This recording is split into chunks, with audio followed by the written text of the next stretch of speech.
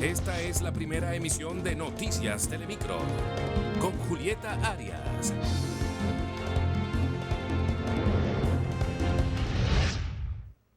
Reenvían para el próximo jueves el conocimiento de la medida de coerción a la fiscal de San Pedro de Macorís. Veamos otros titulares de este lunes.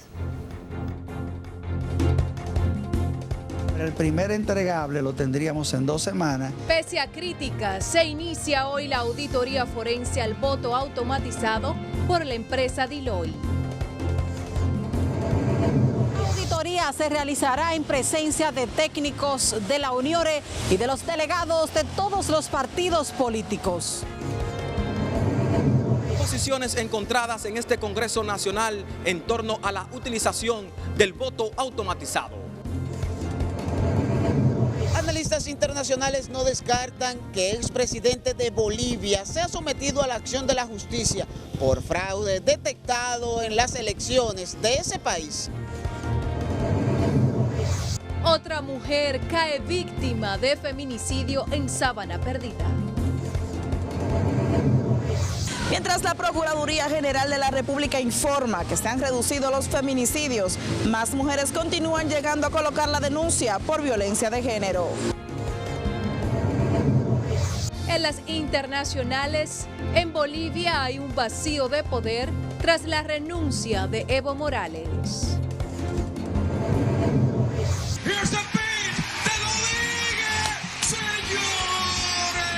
En los deportes, el Licey no cree en nadie y extiende a 6 su racha de victorias.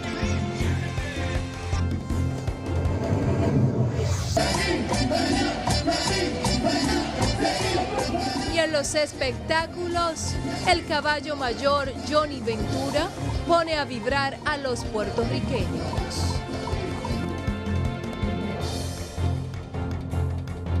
Hola, ¿qué tal? Buenas tardes. Bienvenidos a la primera emisión de Noticias Telemicro. Es lunes y aquí estamos en nombre de todo el equipo para presentarles las informaciones más importantes aquí en la República Dominicana. Gracias por acompañarnos. Iniciamos de inmediato con las informaciones. Señores, pese a las críticas, la empresa contratada por la Junta Central Electoral inicia auditoría forense al sistema de voto automatizado utilizado en las pasadas primarias. Wendy Hill trabajó el tema y nos cuenta.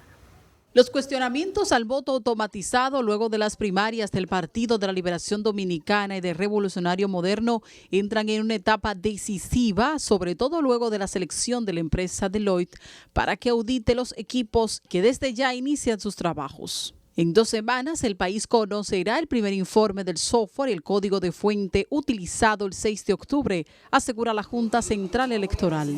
La tengamos completa en 6 semanas, pero el primer entregable lo tendríamos en 2 semanas, que es justamente la auditoría del software. El presidente del organismo defendió la credibilidad de la compañía y aclaró no es nacional, sino costarricense. La Junta garantizó la transparencia en esa experticia tras informar que la Unión Interamericana de Organismos Electorales participará, además de los partidos políticos. En absoluta transparencia y con la presencia de todos los partidos políticos.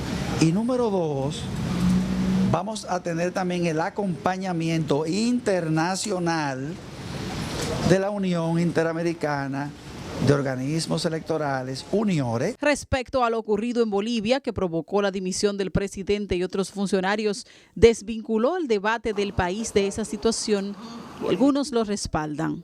Creo que los 2 casos no tienen absolutamente nada que ver.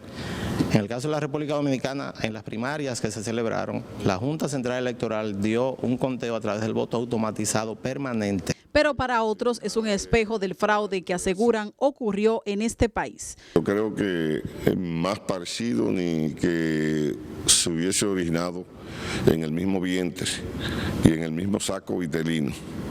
Yo creo que hay paridad entre lo que ocurrió en República Dominicana el 6 de octubre y lo que ocurrió en Bolivia.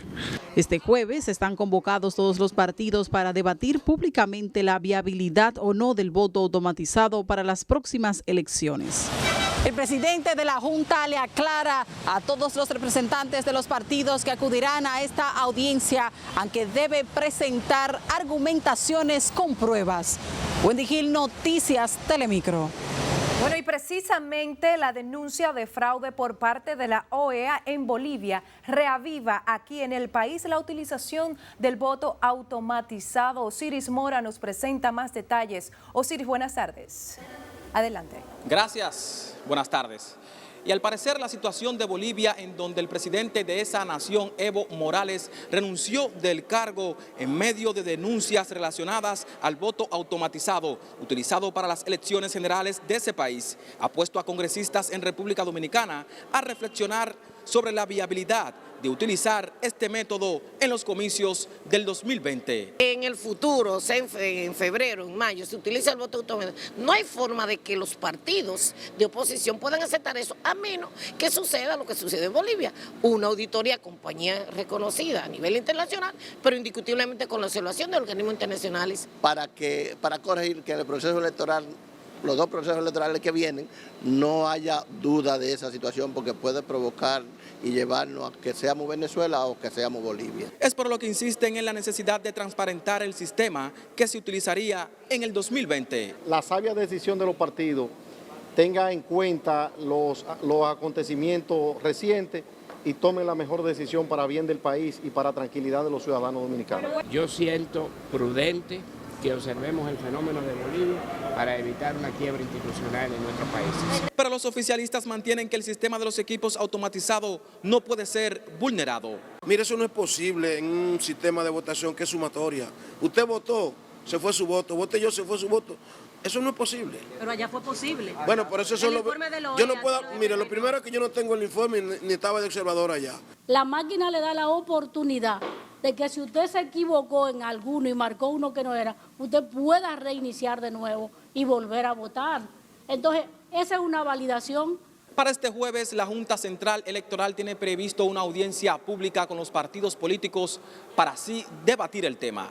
De mi parte es todo lo que tengo. Ahora retorno a los estudios. Muchísimas gracias, Osiris, por tu reporte. Seguimos con el tema, y es que la ambición del renunciante presidente de Bolivia, Evo Morales, de querer perpetuarse en el poder vulnerando la decisión popular con los resultados de las elecciones generales del pasado 20 de octubre, conllevó a que ese país viviera inestabilidad. Ramón Peguero con el tema. Axel Román fungió como observador del proceso electoral y dice comparte el informe emitido por la Organización de los Estados Americanos sobre la manipulación en los resultados finales de las elecciones en Bolivia.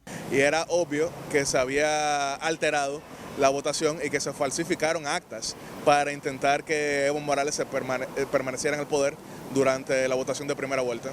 La renuncia de Evo Morales, que fue presidente de Bolivia por 14 años, fue bien valorada por el cónsul honorario de ese país en República Dominicana, Antonio Taveras Guzmán. Por el hecho de que si no renunciaba iba a haber un baño de sangre en Bolivia, y pienso que lo optó por la paz. Evo Morales tenía un mandato hasta enero del año 2020, pero intentó a todas luces perpetuarse por encima de la voluntad popular. Taveras Guzmán no descarta que Morales sea sometido a la acción de la justicia por el caos que impera en esa nación después de detectarse el fraude en la transmisión de los resultados dados a conocer por el Tribunal Supremo de Bolivia.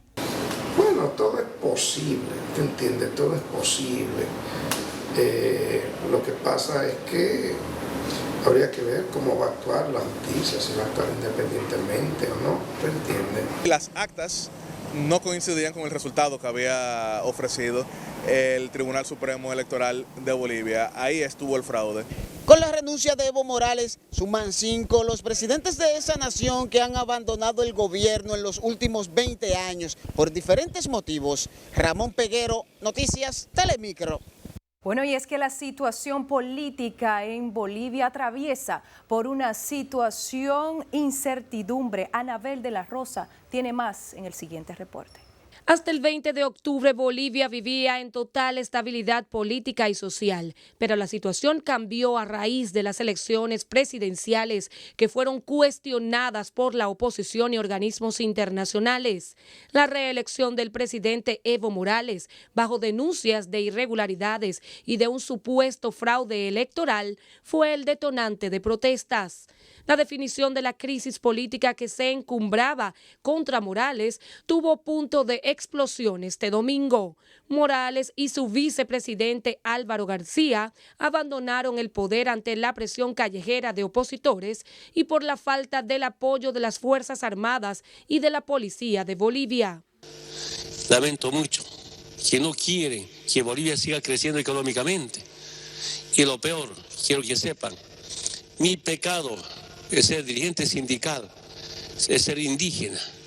Mi pecado es tal vez ser cocalero, que grupos intentaron condenar y de verdad no puedo entender cómo pueden usar la Biblia para maltratar a la familia. Ahora corresponde a la Asamblea Legislativa elegir al sustituto de Morales, en virtud de que también renunciaron los presidentes del Senado y de la Cámara de Diputados, Adriana Salvatierra y Víctor Borda, los funcionarios constitucionalmente hábiles para ocupar la presidencia.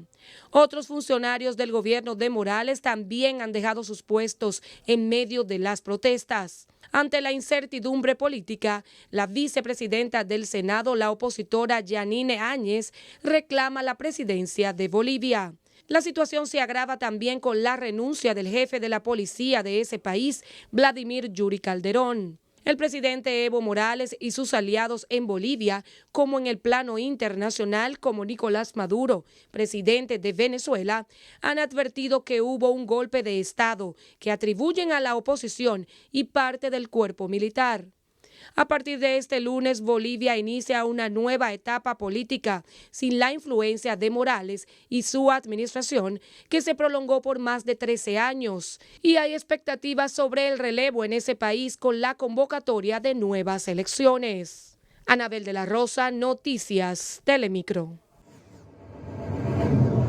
Nos vamos a Haití. Miles de personas se manifestaron este domingo en las calles de Puerto Príncipe y otras ciudades de ese país para exigir la salida del presidente Jovenel Moïse del poder.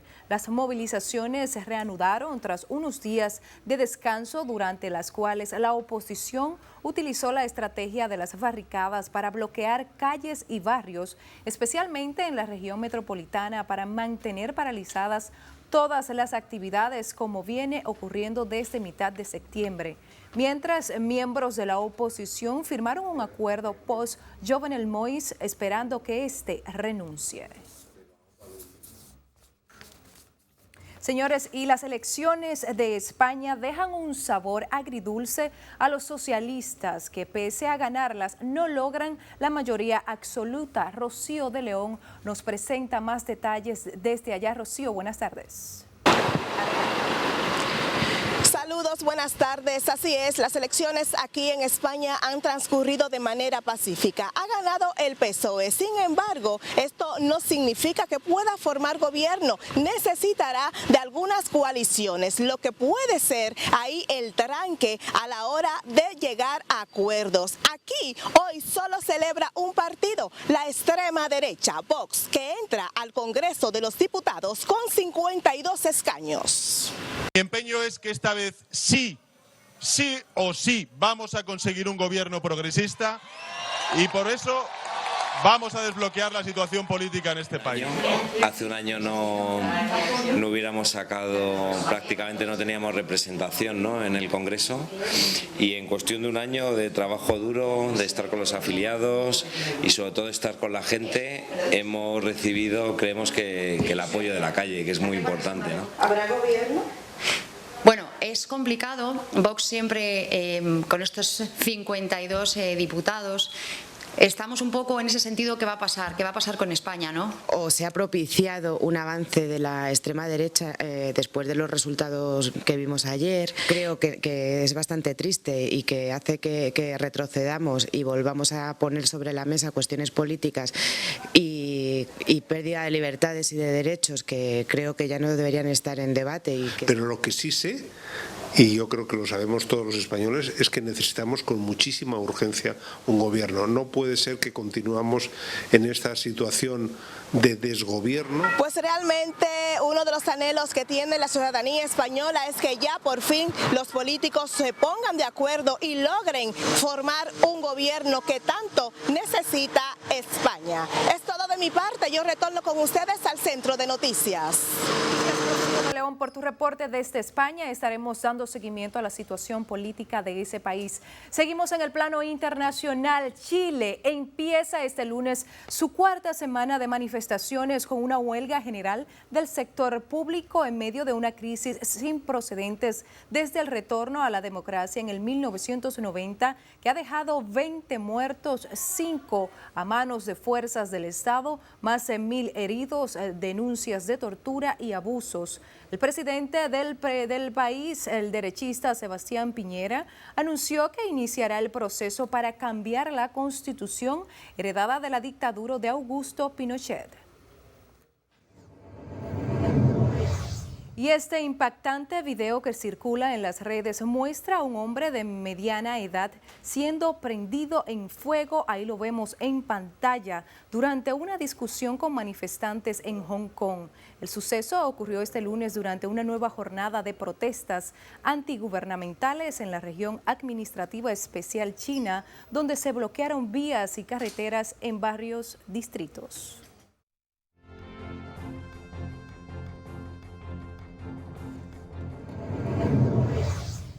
Y en otra noticia, el fuego en la costa este de Australia ha cobrado la vida ya de 3 personas. Al menos otras 5 permanecen desaparecidas, por lo que las autoridades no descartan que pueda aumentar el número de fallecidos.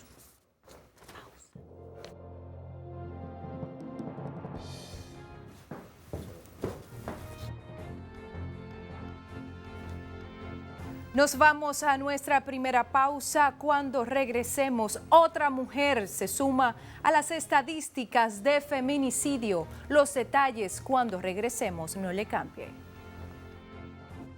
Para comunicarse a la redacción de Noticias Telemicro, llámenos al 809-450-0555, extensión 267, 265, 264. Nuestro número de WhatsApp 829-307-0500. Síganos también a través de nuestras redes sociales como Telemicro 5 en Facebook, Twitter, Instagram y YouTube. Además, nuestro correo electrónico prensatelemicro@gmail.com.